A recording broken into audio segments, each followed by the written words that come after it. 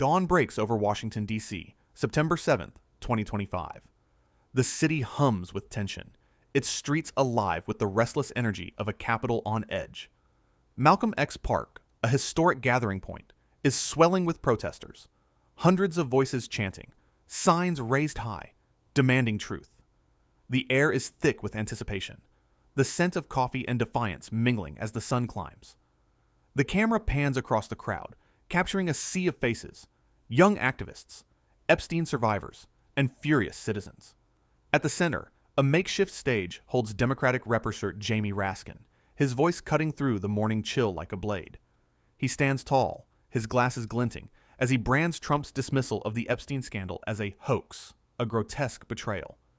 "This is no hoax," Raskin thunders, his words aimed at the White House. "The victims deserve justice, not lies." He accuses Trump of orchestrating a cover-up, pointing to the administration's abrupt reversal on releasing the Epstein Files after promising transparency. The crowd erupts, a roar of agreement rippling through the park. Signs reading, "Release the files," and "No more lies," bob above heads. A woman in her 30s, holding a photo of an Epstein survivor, wipes tears from her eyes, her resolve hardening. Nearby, a group of journalists scribbles furiously, their cameras flashing, amplifying the moment. The energy is electric, a collective pulse of outrage and hope, as chants of "truth, truth" echo off the surrounding buildings. Raskin's fiery words clash with Trump's narrative, broadcast from his Truth Social platform, where he dismisses the scandal as a Democrat hoax. The tension is palpable. Raskin's call for unredacted files versus Trump's desperate pivot to deflect blame. The crowd senses the stakes. This is a battle for transparency against obfuscation. Inside the White House, the mood is frenetic. Aides rush through marble corridors, their faces taut with worry. The Oval Office looms in the distance, its doors closed, but the weight of the crisis seeps through. Outside, the faint chants of protesters drift in, a haunting reminder of the storm brewing beyond the gates. President Donald Trump, his face flushed with frustration, paces before a gaggle of advisors. He slams a fist on the resolute desk, railing against the media and Democrats. "They're obsessed with Epstein," he bellows, his voice cracking. "It's old news. A hoax." He orders his team to double down on distractions, tweeting about renaming the Department of Defense to the Department of War and threatening military action in Chicago. His latest ploy, a bizarre claim that Barack Obama fabricated the Epstein Files. The camera zooms in on his phone as he types furiously, each tap a desperate attempt to shift the narrative. Outside, the press corps gathers in the briefing room, their skepticism palpable. A veteran reporter from the Washington Post mutters, "He's dodging again." Another, from CNN, shakes her head, whispering to a colleague, "This is falling apart." The journalists' pens fly, their questions sharpening like knives, ready to pierce Trump's flimsy defenses. On social media, the public's reaction is swift. Release the Files trends, with posts from Epstein survivors like Anuska DeGiorgio calling Trump's hoax claim a slap in the face. The digital crowd is a character unto itself, amplifying the protesters' demands with every retweet. Trump's frantic deflections collide with the unyielding pressure from survivors and lawmakers.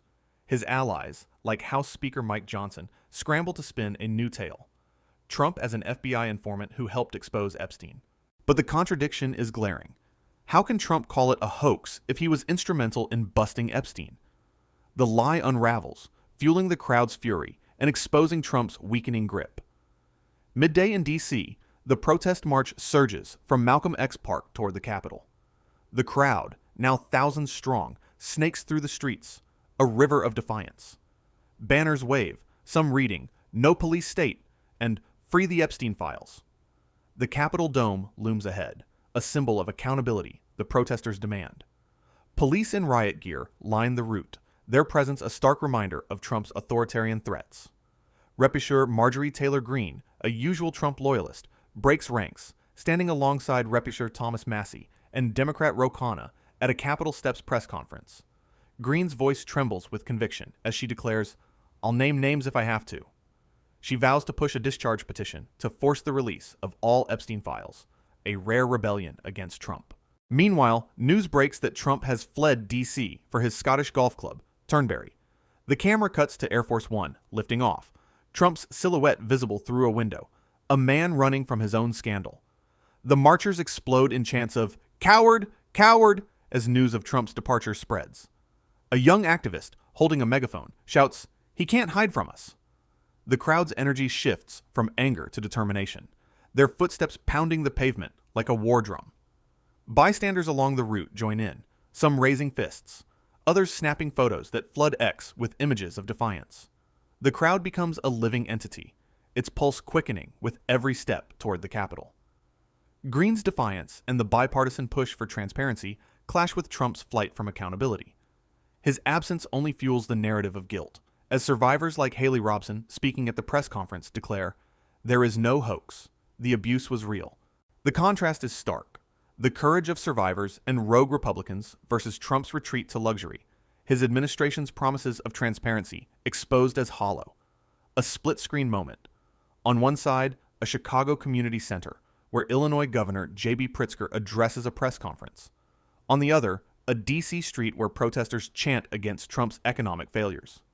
The community center is packed with local leaders and residents, their faces a mix of worry and resolve.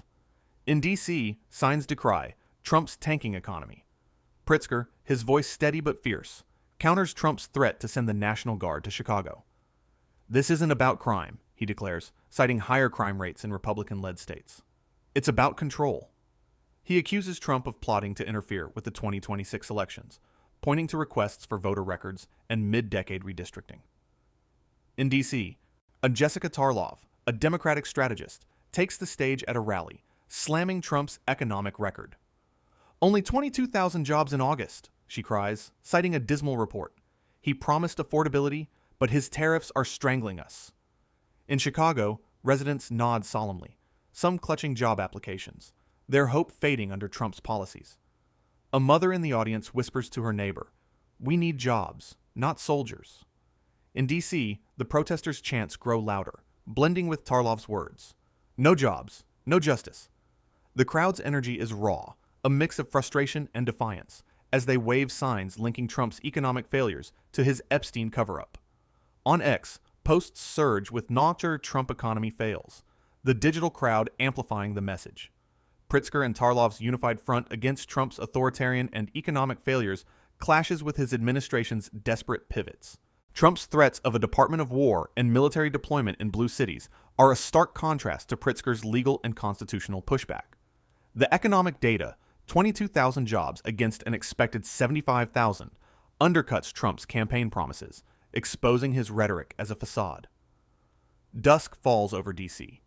The Capitol glows under a crimson sky, a beacon of democracy under siege. The protesters, now a massive throng, gather before the Capitol steps, their voices a unified roar. A billboard in Times Square, visible on a newsfeed screen, flashes, "Release the Epstein Files." The camera pulls back, revealing the city as a battleground of ideas. Raskin returns to the stage, joined by Epstein survivors and bipartisan lawmakers. "We will not be silenced," he proclaims, holding up a draft of the discharge petition. "The truth will out." Across the ocean, Trump, at his golf club, posts on Truth Social, dismissing the protests as radical left nonsense. But his words ring hollow, drowned out by the crowd's resolve. Pritzker, in a final televised statement, vows to fight Trump's nefarious endeavor in court, rallying blue states to resist. The D.C. crowd surges forward, their chants a crescendo. "Release the files. No police state." Survivors' faces are tear-streaked but defiant, their stories fueling the movement. Journalists, now part of the story, broadcast live, their reports beaming across the globe. On X, the hashtag #DurchEpsteinTruth trends worldwide, with millions joining the call for transparency. The crowd is no longer just a gathering. It's a force, a character demanding justice. The final clash is existential. Truth versus tyranny. Raskin, Pritzker, and the survivors stand for transparency and democracy, while Trump's flight and deflections symbolize a crumbling facade. The crowd's energy, amplified by survivors' courage and bipartisan rebellion, threatens to topple Trump's narrative. The question hangs in the air. Will the files be released, or will Trump's authoritarian gambit prevail? The camera lingers on the Capitol, the crowd's chants fading into a powerful silence.